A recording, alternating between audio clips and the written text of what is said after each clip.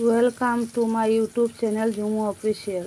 By the way, আজ দেখো আমি কি রান্না করছি। তোমরা মোটামুটি সবাই এইগুলা কি চিনো। আজকে আমি মুচার মুচার ডালনা করব। তোমরা সবাই ভিডিওটা দেখবে, স্কিপ করবে না। আমার কি আর ভিডিও, আমার কোনো ভিডিওর কোনো নমুনা আছে, কোনো সৌন্দর্য নেই। কারণ যেহেতু আমি একা ভিডিও বানাই, একা সব কিছু করি, আমার ভিডিওর কোনো সৌন্দর্য নেই। যাকে তোমরা এইগুলো আশা করি তোমরা মানিয়ে গুছিয়ে নিয়ে নেবে, বুঝতে পেরেছ।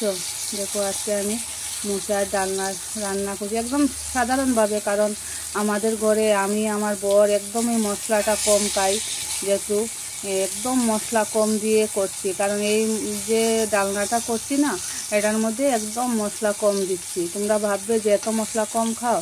হ্যাঁ, আমি এত মশলা এটার মধ্যে কম খাচ্ছি, যেহেতু আমার সুগার, তো আমি একদমই কম মশলা দিয়ে করছি। আর দেখো এখন আমি কড়ার মধ্যে এগুলো দিয়ে দিয়েছি। যদি আমি একটু গরম জল দিয়ে এগুলো সিদ্ধ না দিই তাহলে কালো কালো জল বেরোবে, তোমরা সবাই জানো। আর এর মধ্যে দেখো এটা লোহার কড়াই, লোহার কড়াইটা এত ভালো না, একদমই কি বলবো, কালো কালো ওঠে না, খুব ভালো কড়াইটা। আমার অলরেডি সিদ্ধ হয়ে গেছে। দেখো আমি একটা ইয়ের মধ্যে ঝাঁঝরির মধ্যে নিয়ে নিয়েছি এইগুলা ঢেলে। তার সঙ্গে 2-4টা আলুও দিয়েছি, আলুটাও পরে ভাজা কুটা করব, দেখে নাও তোমরা।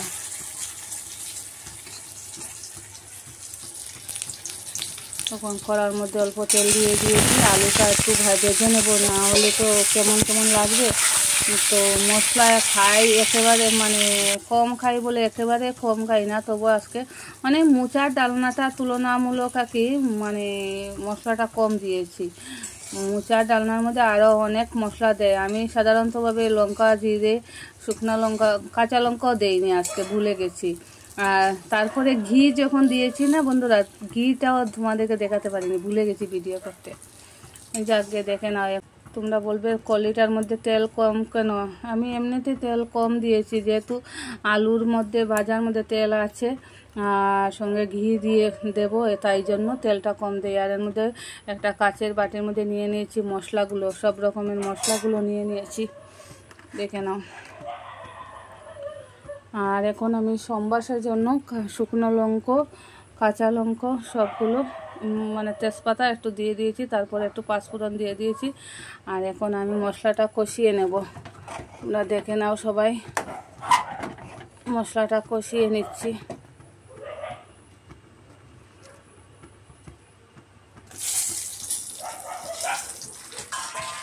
মশলাটা কষানো শেষ হলে মোচাটা দিয়ে দেব। মশলা কষানো শেষ হয়ে গেছে, এখন আলু দিয়ে দিয়েছি। তারপর তোমার এখন মোচাটাও দিয়ে দেব।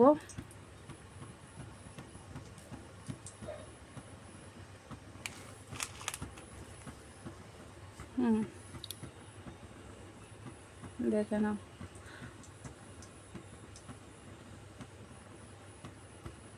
এখন মোচাটা দিয়ে দিয়েছি,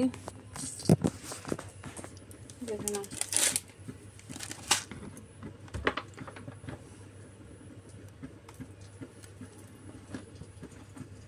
সবার মানে ভিডিও করতে করে যখন তখন সবার বর করে দে, ছেলে মেয়ে করে দে, ভাই আমার বড়ও করেনি, ছেলে মেয়ে করেনি, আমি একা একা। যদি আমার ভুল হয়ে থাকে প্লিজ তোমরা এটা মানিয়ে গুছিয়ে নিয়ে নিও। কারণ যেহেতু বুঝতেই তো পারছো যে আমি ঘরের ওমতে ভিডিও করছি, কেউ আমাকে হেল্প করবে না, সেটা তো তোমরা অনেকেই ভালো করে জানো। আমাকে কেউ সাহায্য করে না। আর আমি এখন মোচার ডালনাটার মধ্যে সব কিছু দিয়ে ঝোল দিয়ে দিলাম, নাড়াচাড়া করে পরে হয়ে যাবে। দেখো